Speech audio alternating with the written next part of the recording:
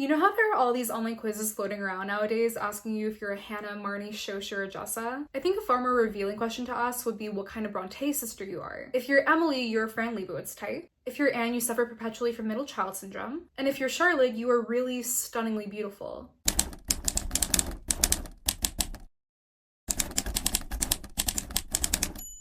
Now, I just say beautiful in character as opposed to looks because Charlotte, as well as her other sisters, were notoriously not good lookers in real life. Even Anne, who was the prettiest by far, was called so with an addendum that she was more pleasant than pretty. And likewise, all of the sisters, but especially Charlotte and Emily, were in the habit of creating male love interests who were unconventional in both appearance and in character, primarily because these male characters were not merely love interests, but rather extensions of the authors themselves, which is why the casting for the new Wuthering Heights movie is so egregious. But going back to my original point, the Bronte sisters' predilection for creating physically ugly and spiritually vigorous male love interests hinged directly on their perceptions of themselves. This may be more surprising in regards to Charlotte than Emily, who is considered pretty fierce, independent, and outspoken, all traits she shared in common with her famous male character Heathcliff, while we're in the habit of more closely associating Charlotte with her character Jane Eyre. This was true even in Charlotte's lifetime when William Thackeray met and embarrassed her at a London dinner party by referring to her as the real Jane Eyre. But before Jane Eyre was even a fledgling idea in her author's head, Charlotte and her siblings, including their brother Bronwell, created fictional worlds and juvenilia based on these worlds. Angria for Charlotte and Bronwell, Gondel for Emily and Anne. The sheer theme between all of these worlds and their many iterations was that their protagonists were all Byronic-style male heroes, including the Duke of Wellington and later his son Zamorna for Charlotte. There's a good swath of reasons why Charlotte was fixated on the Duke of Wellington in particular, and I highly suggest you read Charlotte Brontë: A Fiery Heart to learn more. But for the sake of brevity, I'll just say that the Duke of Wellington played two roles to young Charlotte. The first being a love object to her nascent sexuality. Charlotte was always more overtly drawn to romance than any of her siblings, and she was the only Bronte sibling who ever married. And the second role being that he was an able competitor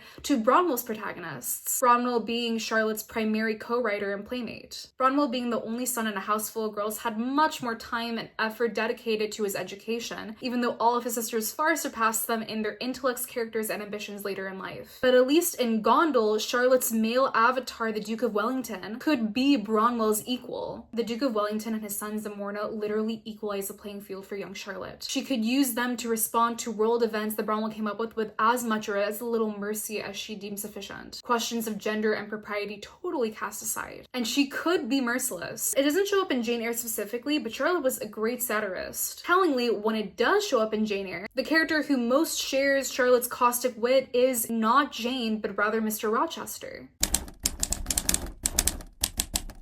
Caustic wit was not the only trait that Charlotte shared in common with Mr. Rochester. Though Charlotte and many of her contemporaries felt the absence of her personal beauty most acutely, her friends and acquaintances almost unanimously agree upon the strength and beauty of her eyes. Her friend and one of her first biographers, Elizabeth Gaskell, describes her eyes as very good and expressive, looking straight at you. Others still describe them with the adjectives great and honest, and John Everett Millais, the painter, even described them as outright remarkable. Compare these descriptions of Charlotte's eyes to Mr. Rochester's, who Charlotte describes as having great dark eyes, very fine eyes, not without a certain change in their depth sometimes, which, if it was not softness, reminded you at least of that feeling. Looking beyond shared physical characteristics, Mr. Rochester, just like Charlotte, is described as proud, sardonic, harsh to inferiority of every description, moody, unaccountably so, but with a moodiness that belied a man of better tendencies, higher principles, and pure tastes in such as circumstances had developed. Was Charlotte herself not bitter and sardonic, especially when it came to Bronwell and his wasted potential? Was being so disparate from her brother not a completely unnatural mode of being for her, especially given that they were so close in their youth? Could it not be argued that a love soured is what turned Mr. Rochester and to a certain extent Charlotte into the people that they were presently? When Bronwell initially began getting into trouble with his places of employment, both for matters of insobriety as well as others, Claire Harman writes in Charlotte Brontë: A Fiery Heart that even then he was still Charlotte's poor brother, an underappreciated golden boy in Charlotte's eyes as well as those of his sisters. Juxtapose this with the happy days of Mr. Rochester and Jane's early courtship, where Jane says that she could not in those days see God for his creature of whom she had made an idol. No matter how great and fine Mr. Rochester and Charlotte Bronte's eyes are described as, they're ultimately both endowed with very poor eyesight. And it's ultimately this failure to see these faults well in advance which causes them both so much unhappiness presently. So it's small wonder that when Charlotte went to boarding school in Brussels and later taught there, she fell in love with her teacher and later boss, boss, Constantine Hagay. It bears noting that Constantine Hagay was not a very nice person. He had a wife and children, but he very obviously enjoyed the attention-seeking behaviors Charlotte threw his way,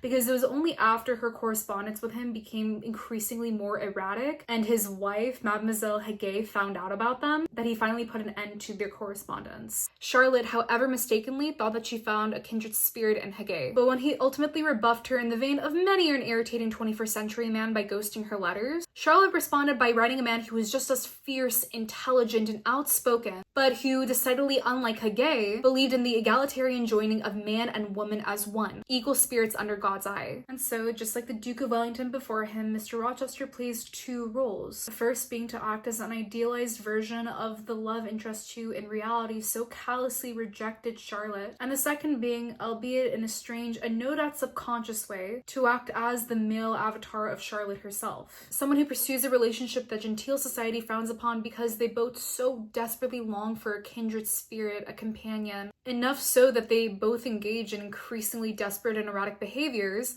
like Mr. Rochester dressing up as a wandering fortune teller to try and coerce Jane to express her feelings for him, and for Charlotte writing outright pathetic letters to Constantine Hagay begging him to write her back. And unlike Charlotte, Mr. Rochester isn't shut down for his behavior because the object of his affections, Jane, understands that his very erratic and pathetic behavior was born of a very human desire to be understood and loved. Now, by this point in the video, I can tell what you're thinking. Why isn't she addressing the locked up wife in the attic situation already? And I promise you, I'm not disregarding Bertha Mason's existence just to show off my otherwise entirely useless trivia knowledge about Charlotte Bronte and Jane Eyre. But Bertha Mason is indeed complicated, because while I know that the wide Sargasso Seed reading of her character is by far one of the most popular nowadays, I do think that Bertha Mason was supposed to be a more pitiable rather than sympathetic outright character. I think, just like how Helen Burns was supposed to emulate Charlotte Bronte's dead sister Maria, and just like how Mr. Rochester was supposed to emulate Charlotte Bronte herself, Bertha Mason was supposed to reflect Branwell Bronte. It must not have been easy to be Branwell Bronte. It wasn't that he was resentful at being the only boy in a house full of girls who were more than capable playmates to him. But as the household grew older and it was made clear the Branwell sisters would likely rely on him for financial support, it also became clear that, as Claire Harman writes in Charlotte Bronte, A Fiery Heart, sacrifices had been made for his education, allowances had been made for his temperament and volatility, and it is quite clear that great things were expected. Quite which great things, though? Branwell's talents seemed legion, that was part of the problem, but in order to develop them, money would be needed, and certain stages, such as a university education, were simply too expensive and too protracted to consider. And when Branwell did find employment working for a family called Robinson alongside his sister Anne, who was a governess in the same house, he quickly ruined his reputation by having an affair with the married Mrs. Lydia Robinson, which was soon found out by her husband. And it's extremely telling that, as Claire Harman writes, the person who felt the most anger and mortification and the one to whom Branwell felt the need to apologize to by letter was Charlotte, who was not just appalled by his behavior but secretly furious at the ease with which he had been able to indulge his passions, while she was almost killing herself with the suppression of her own. This extreme moral failing of the only son of a respected and sincere clergyman who had so many hopes placed upon Branwell struck a painful chord within Charlotte. In The Professor, the first manuscript that Charlotte wrote in adulthood, her protagonist, William Crimsworth, witnesses a similar act of romantic deception, and has this to say about the adulterers in question. I saw a mind degraded by the practice of mean subterfuge, by the habit of perfidious deception, and a body depraved by the infectious influence of the vice-polluted soul.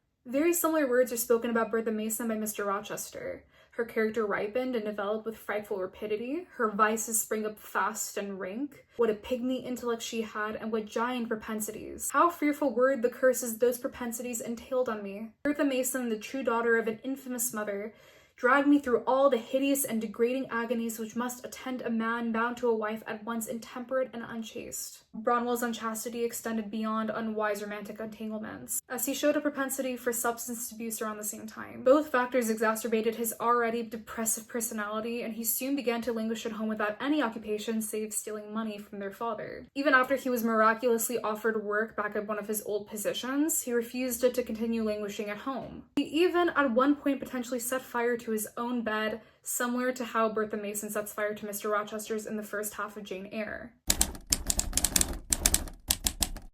One of the most famous lines in the entirety of Wuthering Heights is in a dialogue found between Cathy and her maid Nellie. "Nellie, I am Heathcliff. He is always, always in my mind. not as a pleasure any more than I am a pleasure to myself, but as my own being. Compare the simple and profound beauty of this to the first letter that Charlotte composed after Branwell's death. I do not weep from a sense of bereavement. There is no prop withdrawn, no consolation torn away, no dear companion lost. Before the wreck of talent, the ruin of promise, the untimely, dreary extinction of what might have been a burning and a shining light. To Charlotte, who so desired a kindred spirit which manifested in childhood as the creative spirit and rivalry she shared with Branwell, and in adulthood as the overzealous crushes on the wrong men and a timid, short-lived marriage to the right one, the discordance between what she wanted her brother to be and who he was all too apparent. In such matters, madness is the great equalizer. It can turn a brother as distant and immutable as the moon, a wife as volatile and unpredictable as fire, and the pure, obscure, plain, and little daughter of a clergyman into a Byronic hero of her own make and model.